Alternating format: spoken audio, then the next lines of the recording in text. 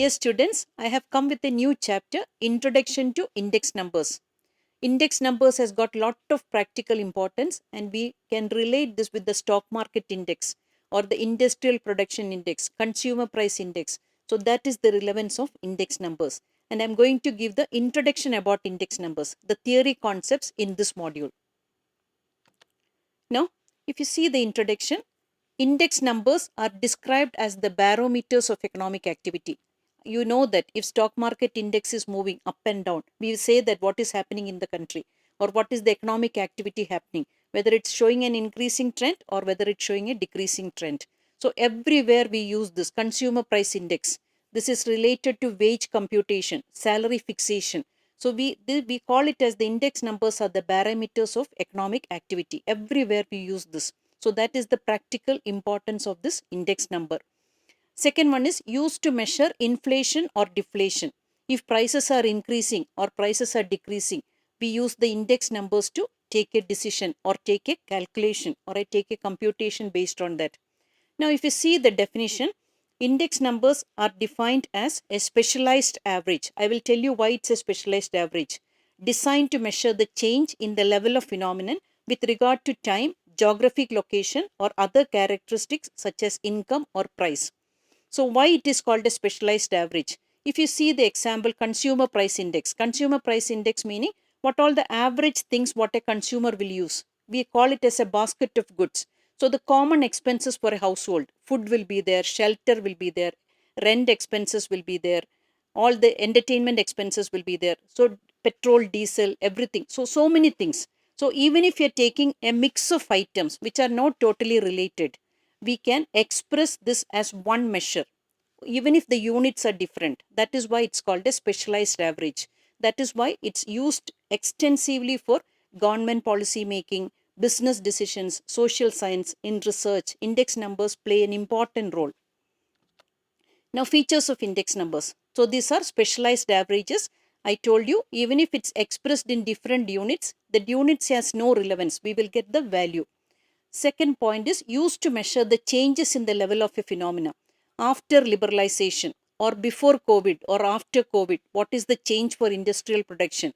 We can calculate the index before COVID and after COVID. That is how we will measure that. So, any activity, industrial production, stock market movement, consumer price index, anything you want to, petrol price or diesel price, anything you want to do, we can use the index numbers. Used to measure the effect of change over a period of time. From 2000, what is the price of diesel increase or the petrol price increase from 2000 or 2010 to 2021, 2015 to 2021. So, like that, whatever the time period you want to study, it is possible by taking index numbers. So, these are the features of index numbers.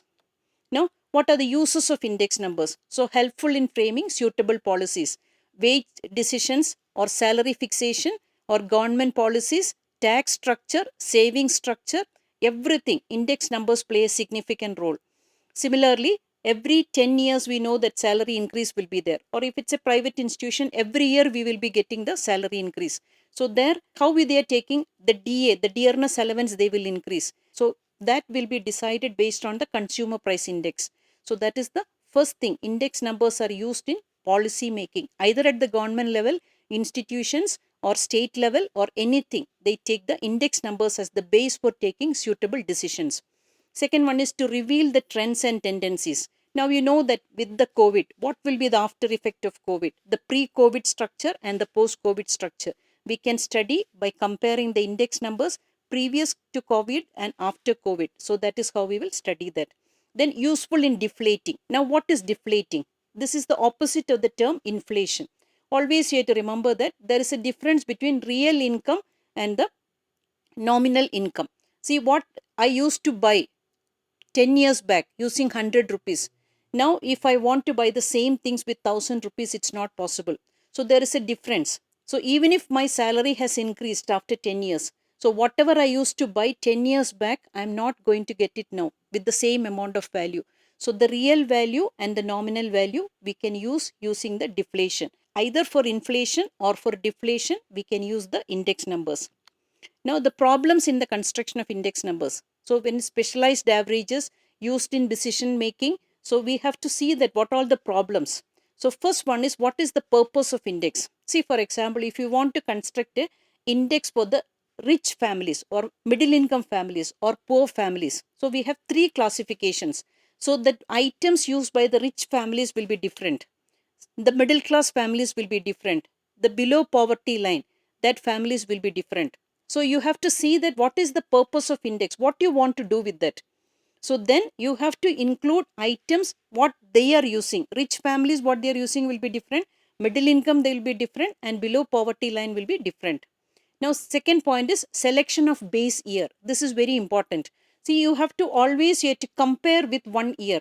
See, for example, petrol and diesel prices, it's going to touch 100 rupees. So you want to see that what was the value in 2015.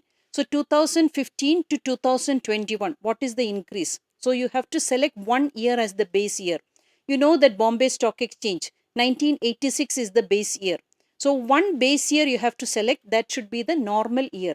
It should not be affected with any landslide or any natural calamities. See, 2020, you cannot consider it as a base year because COVID has got its own impact in the base year. So 2020, we will not take as a base year for any comparison. Base year should be a normal year. So the 2020, we are not taking it as the normal year. And base year should not be too distant in the past. See, for example, petrol or diesel price, 2021. You can compare with 2020 or 2019.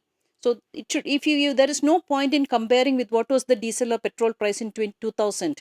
So it's after 21 years, definitely we can remember that there will be an increase.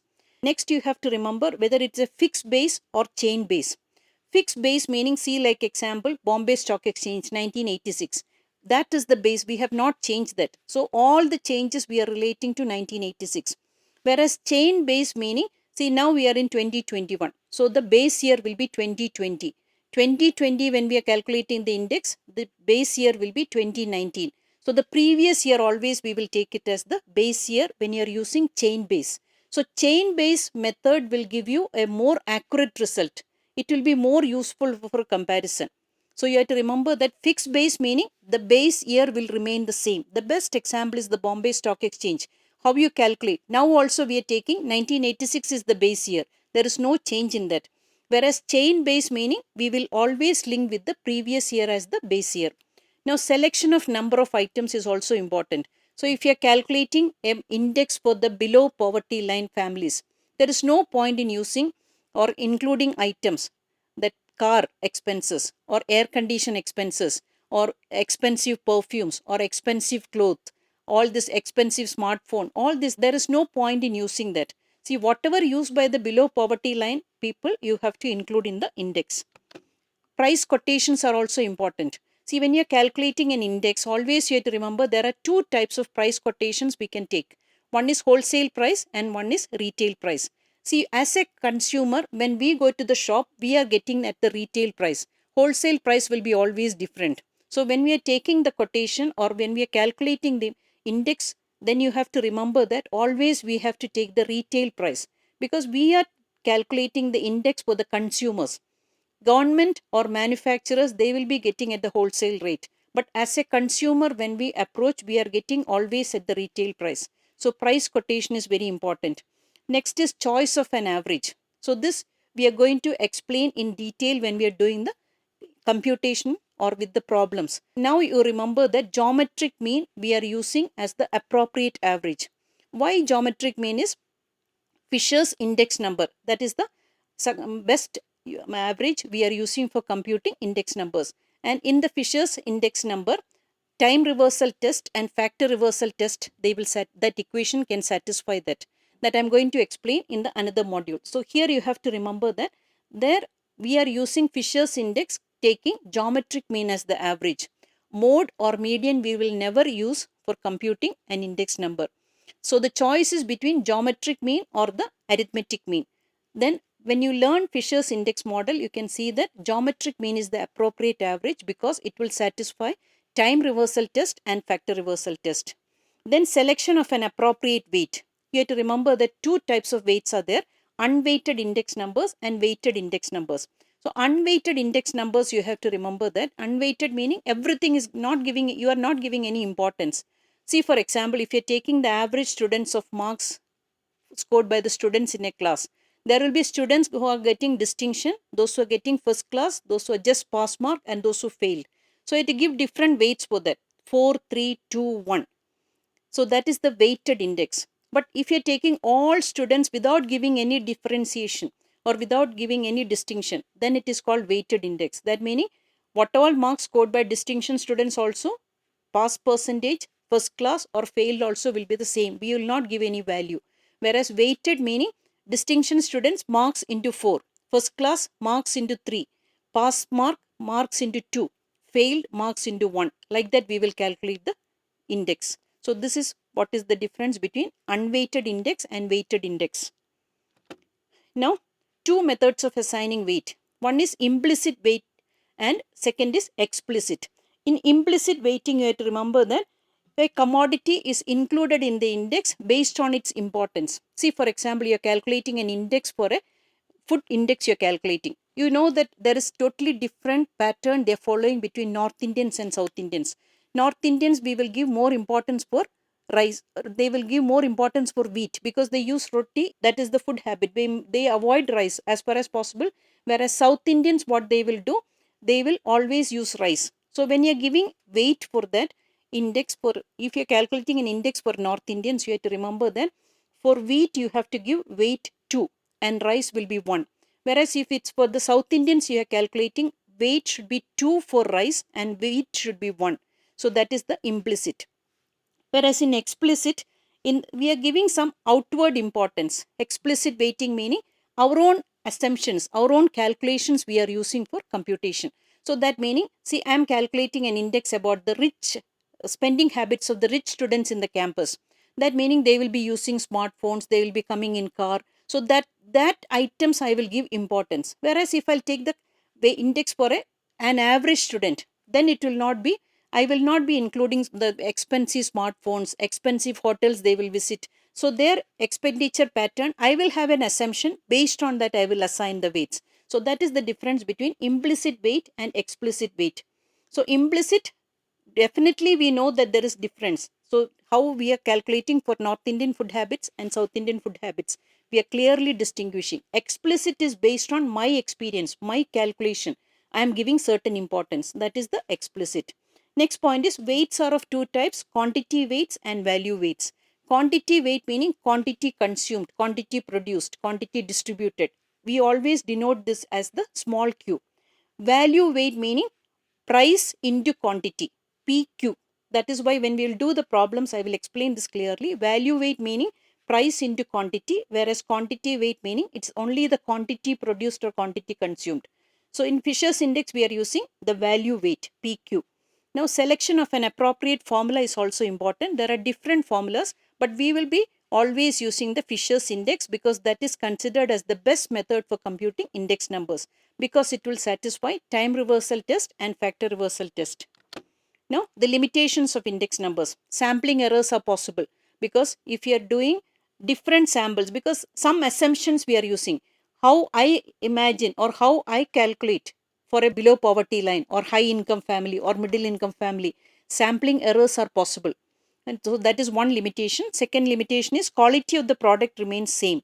So always you have to remember that we are making an assumption that quality of the product remains the same.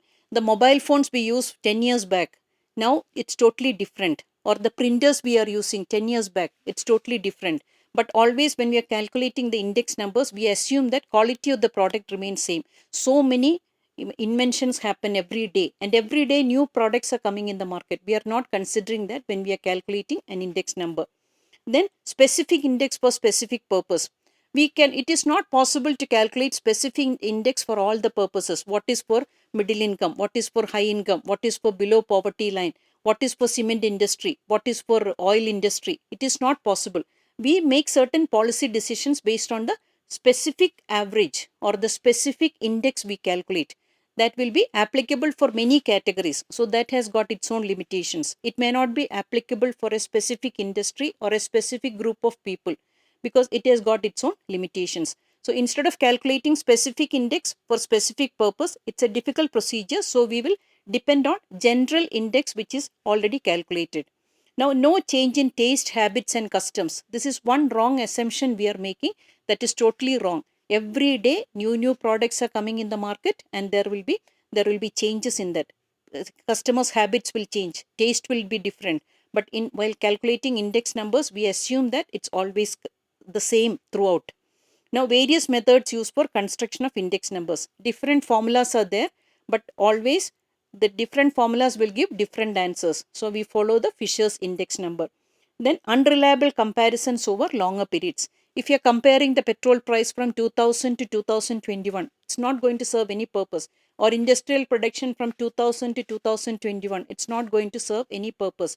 Whereas 2021 to 2000 or 2000 to 2010, post liberalization, pre liberalization, like that you can compare for smaller periods, then you will get better results. Then it's always difficult to get a normal year. Something will happen every year. See, like 2020, it is the COVID. Sometimes it will be a big natural calamity. Sometimes it will be some landslide or anything like that. Something will happen, and that will, or sometimes it will be the stock market failure, or it will be the financial market failure. So, something like that, it's very difficult to point out one year as the normal year. So always when we calculate index numbers, we need a normal year for computation. So that is very difficult to say that this year is normal year. So that is another limitation. So this is what I want to explain. Thank you.